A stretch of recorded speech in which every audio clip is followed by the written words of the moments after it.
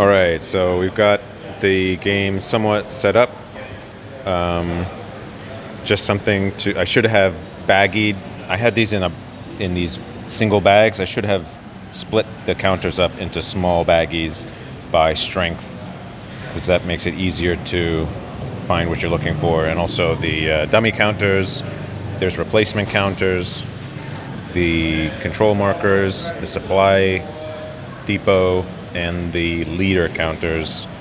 You can see here you've got your leaders, cavalry, and the different strengths. What else did I want to say? Single plexi worked really well, and the setup does not mention the Confederate depot counter, so don't forget to include that. And you don't, in the 1862 campaign, you don't get any dummy counters as the Confederates, so that's interesting. All right, so for the first Confederate turn, I'm just moving Jackson over to the west and Longstreet over to the east, trying to keep all of my units within 1 hex of my leaders so that they don't get a movement point penalty next turn.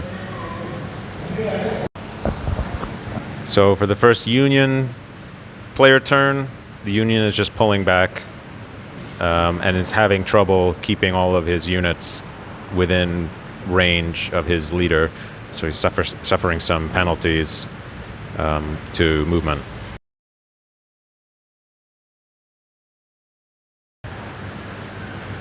So Longstreet has attacked a 12 strength unit across the Rappahannock, and there were some back and forth counterattacks, but then I got a defender retreat result. I got very lucky that I just happened to have 24 strength points here that I could bring to bear, because he had 12 doubled across the river, so that was 24, so it was a 1-to-1 attack, so it was very close. It could have gone either way.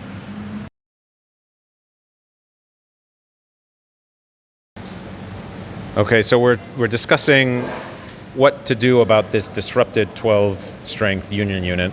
And the conclusion we've come to is that the unit is flipped down. It still does have a zone of control. There's no penalty to its defensive capability yet. The way to continue attacking it would be to surround it and thereby isolate it. And then once it's isolated, which is a supply status, it would then defend at half strength.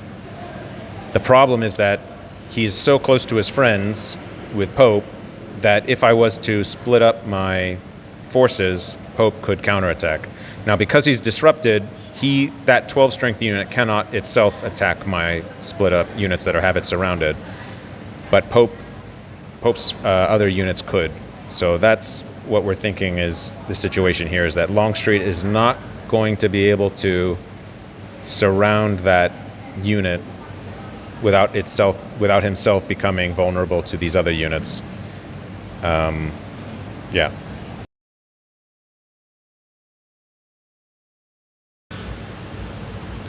So this is turn 2, currently the Union player turn, but during the Confederate player turn, I concentrated my forces over here to try to attack an isolated unit, and it turned out to be a dummy unit. And then here I had Longstreet cross the Rappahannock and concentrate to avoid getting counterattacked by Pope. If I had all the different divisions split up, Pope could concentrate his forces to just attack one of my divisions, which are very weak. My divisions only have a strength of like 4 strength points each. And then I also used my cavalry to move up and occupy that port so that the Union reinforcements that you can see here at Alexandria, I didn't want them to move in to come in on that hex. You can see that they show up there. They're right there for turn 3. Oh, we're on turn 3 right now. So that's it. And now we're seeing what Pope is going to do. It looks like he's moving over to meet Jackson and Lee. So the Union stack with Pope has attacked my cavalry unit. I thought my cavalry unit would be safe because it is supposed to retreat instead of take a step loss. But there's a rule that if my cavalry unit is attacked by, in part by enemy cavalry, then step losses are applied. So it looks like he's going to destroy my cavalry here. So another thing we're just noticing is that his stack had a dummy unit in it, and we were wondering, since he had to turn his units face up for the attack, what happens to that dummy unit? And my impression is that what happens is the dummy unit is removed immediately upon when it's turned up, and it's put on the game track, the game turn track, and then next turn he can then reapply that dummy counter with either of his two leaders in their stacks. So that's an interesting thought. I guess what would happen is, if you, suppose you had them across multiple hexes, you could then just choose not to attack with your dummy counter. Yes. And then you would not need to turn it over and reveal and whatever. Yeah, so if you wanted to keep the counters right. without revealing it. Yeah, but it would have like the same effect. Yeah. But doing it this way, you're able to then reintroduce it somewhere else if you wanted to. I understand.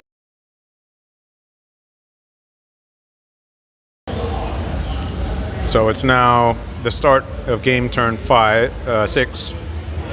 Last turn, the Confederates moved up to take Winchester, and they secured the Shenandoah victory location, which is holding the majority of a bunch of towns, but it's basically the ones that I needed. I moved up my reinforcement here. I kept Longstreet. I kept Lee back to meet up with that unit, and I moved Jackson up towards Harper's Ferry, which seems like the other victory point location that I might have a chance at capturing. And then the Union moved his reinforcements, I guess, along this rail or this direction to meet me, and then Pope came back around to meet up with his 12th strength division or corps, whatever it was, and face Longstreet. What to do with Lee? Yeah, so this is a key decision moment for the Confederates. It's turn 6.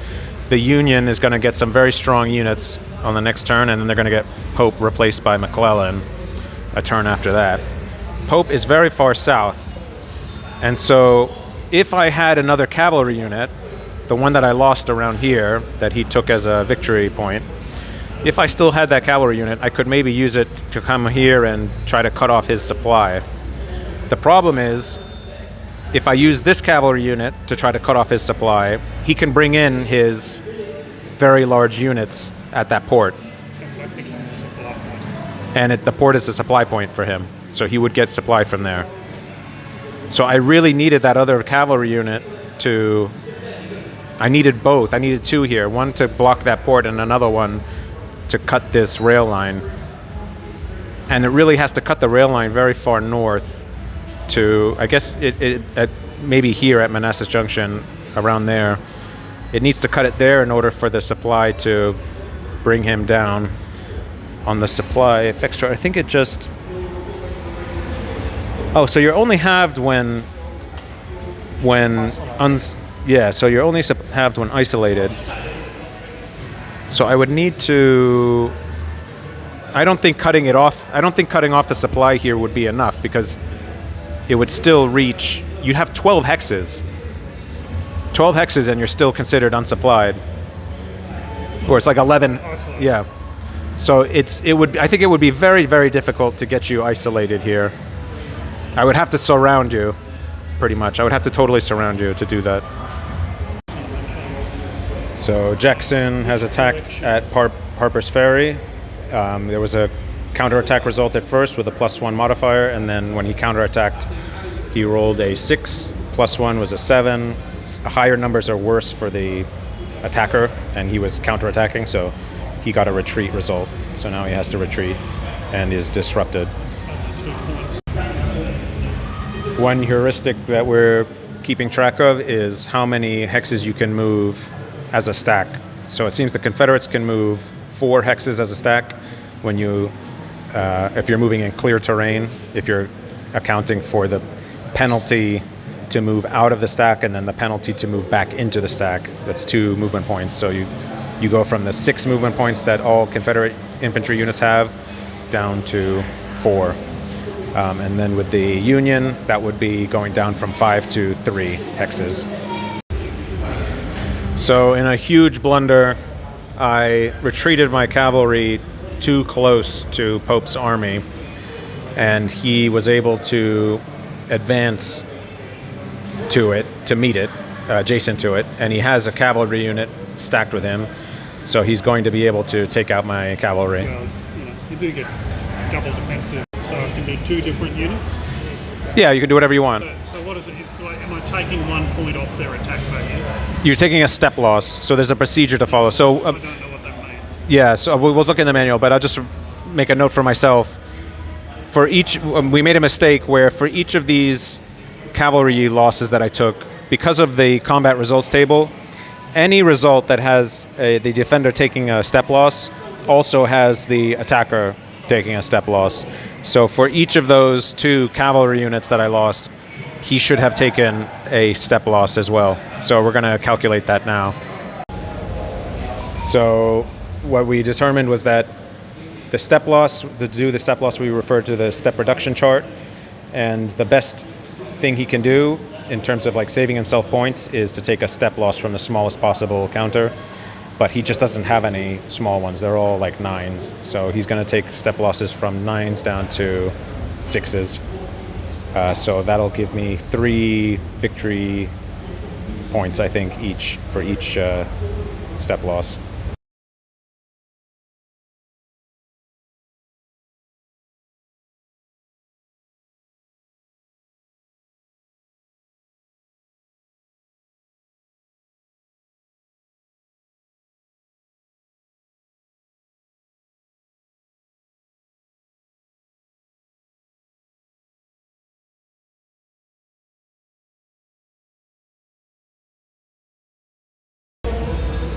So we stopped about around maybe turn 7, turn 8, beginning of turn 8. I don't actually remember if we kept track of what it was. I think it would have been the beginning of turn 8. So I'm just going to collect all the counters into their own little separate package. I took pictures of the board and pictures of the turned up units of each stack, so we know where everything is, and so hopefully it'll be quicker to set things up when we meet again. So I'm about to set up for the second day. After the first time we met, I went back and got smaller baggies to organize the counters for each side, and I organized them by strength points. But now I'm thinking maybe it actually made more sense. It would make more sense to organize them by the leader, because my understanding is that a single leader will have multiple counters for the different reductions in steps that it can take. So I may reorganize this to organize everything by leader.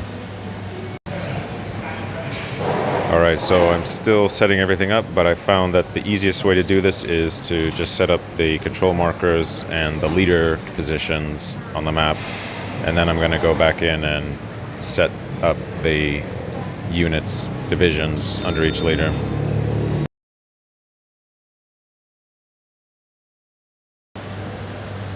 So I just did an attack here near Harper's Ferry, and he just got a reduced step from 6 to 4, and I'm gonna have to do a step loss from 4 down to 2, or that's really my best option. So we really took even casualties, which is not to the advantage of the Confederates, it's to the advantage of the Union.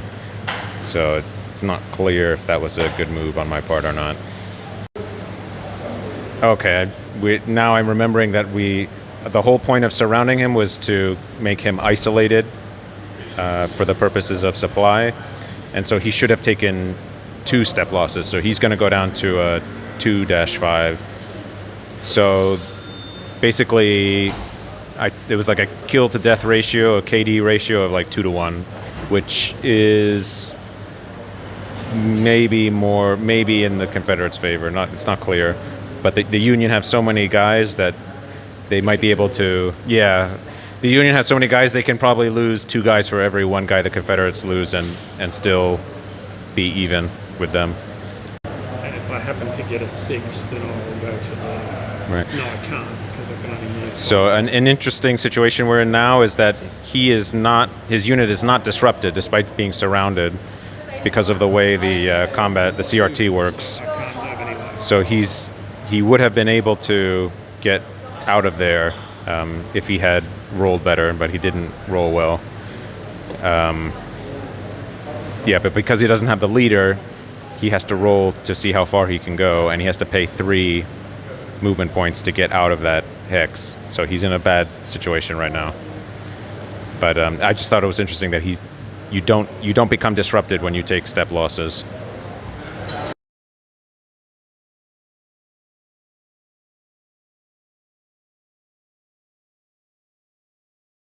So we are now at the beginning of turn 13, so that's September 10th and 11th. And we're in this kind of standoff situation where both sides have... No standoff anymore. Why is that? All of my guys are in one stack. I can move them all together. Well, okay, yeah. So we've concentrated, the Union is totally concentrated here. Confederates have kind of retreated from the Potomac to protect Winchester because that's the furthest north supply source for the Confederates.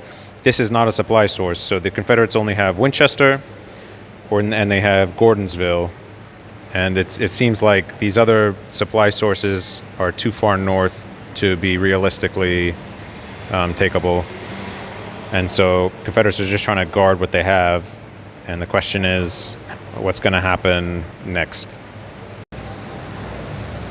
So something I just realized is that the supply is...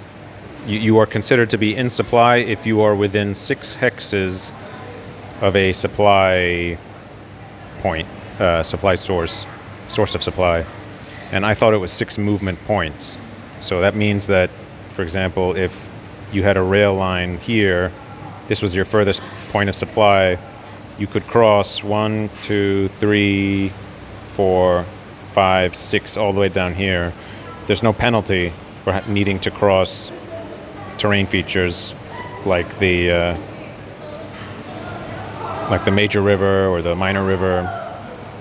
I mean, within 6 hexes, I don't know if that even maybe includes mountain hex size. I don't think it would, but that's an interesting, something I'm not sure I agree with. I think it would be movement points, not hexes.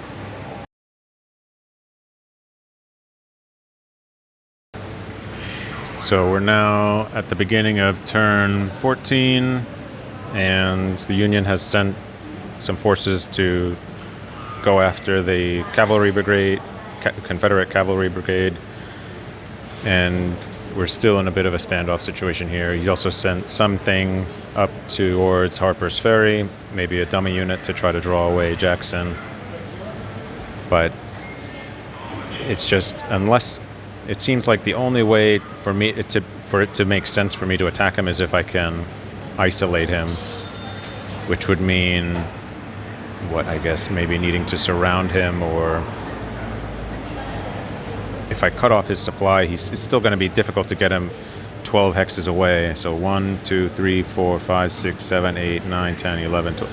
Yeah, so it would be very difficult to cut his supply line such that McClellan is isolated, which is a specific supply status when you're more than 12 hexes from your nearest source of supply. So the only way to do it would really be to surround him, I think. But I don't know, we'll see what happens. So I just took my turn as the Confederates on turn 14, September 12th and 13th.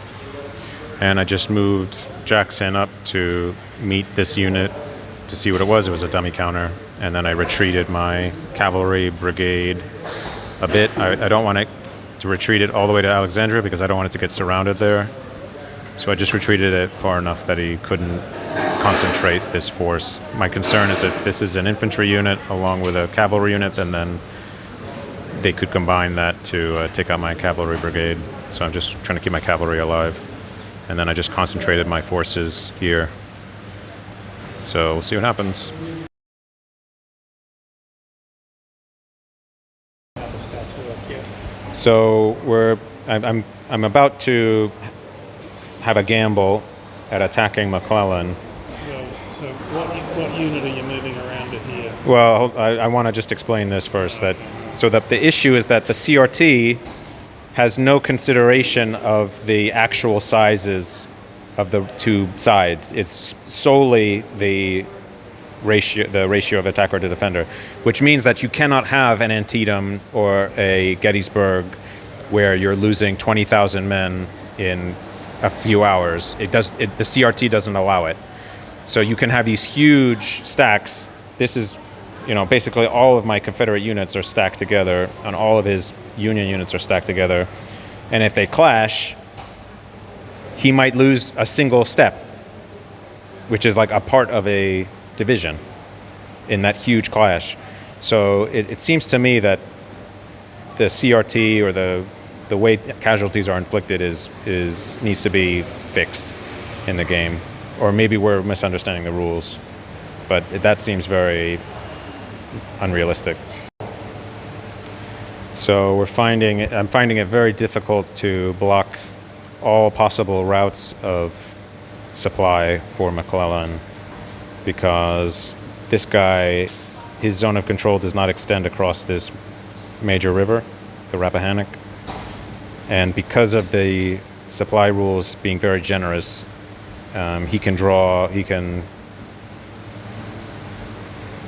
unless I maybe move, I don't think I have enough movement points to get into here.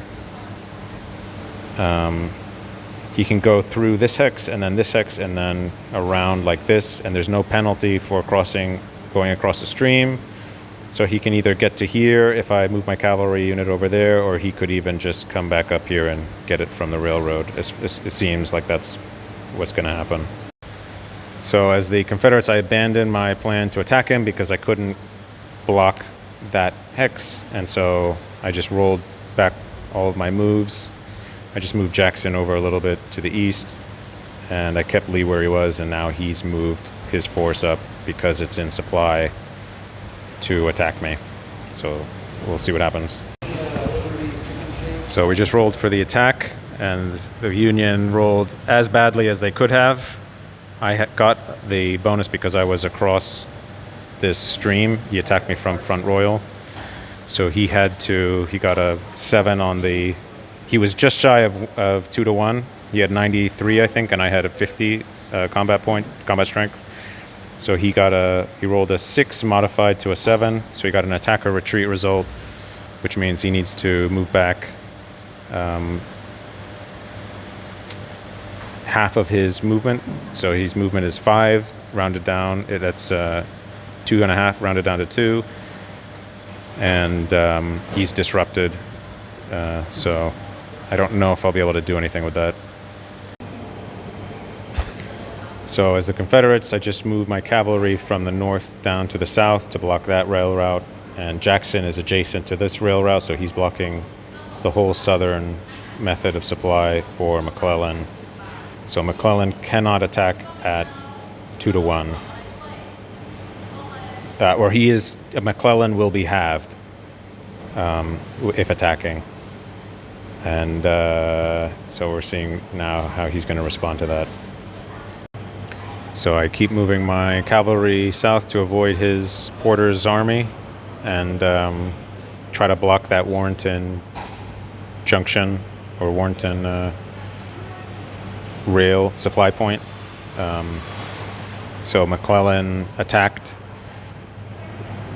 last turn, so it's now turn 18, September 20th to 21st. He attacked at 94 combat power. That was halved because he was unsupplied. Was I disrupted then? No. You forced to retreat. Well, anytime you're forced to retreat, you're disrupted, I think. So he attacked at 94 combat power. That was halved because he was unsupplied. So it was a 1 to 2 across the stream. So he had a +1, and he rolled a 6. So he got an attacker retreat result. Winning that victory point. Right. So we're going to call it here. It's turn 18, the beginning of turn 18 or end of turn 18. And basically it got into a situation where he couldn't really get the odds needed to push me back. Jackson was blocking that supply, cavalry was blocking that supply. I think the supply rules and the CRT need work. Like the CRT does not allow for very bloody single-day battles like Gettysburg or Antietam because you're limited. There's no varying of the CRT results based on the size of the battle. So even if you have a huge battle, you're going to be on the 1-to-1 table, and you might get like the defender has to retreat or the defender takes a step loss. So there's no sense of casualties that way. And then also the supply rules are very generous, maybe I think too generous. So it's hard to isolate enemy formations.